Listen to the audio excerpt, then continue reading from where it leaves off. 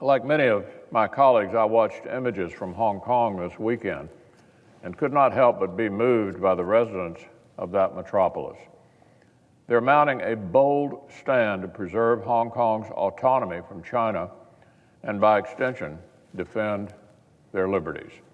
Over the weekend, more than 1 million residents, a staggering proportion of the population, about 1 in 7, took to the streets to protest a draft law that will allow the people of Hong Kong to be extradited to mainland China. Hong Kong residents rightly view this measure as another erosion of the rule of law and tightening of Beijing's grip on their imperiled autonomy.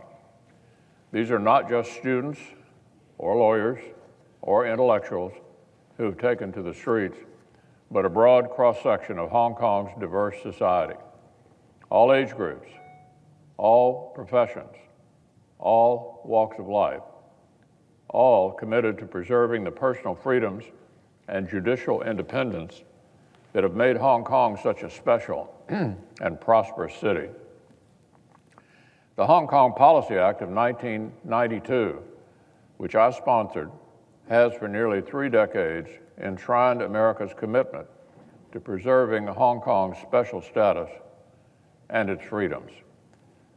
This draft law is inconsistent with the Hong Kong Policy Act and puts Hong Kong on a path of becoming just another Chinese city subject to Beijing's whims. As the Vice President stated last autumn, quote, "For a time, Beijing inched toward greater liberty and respect for human rights.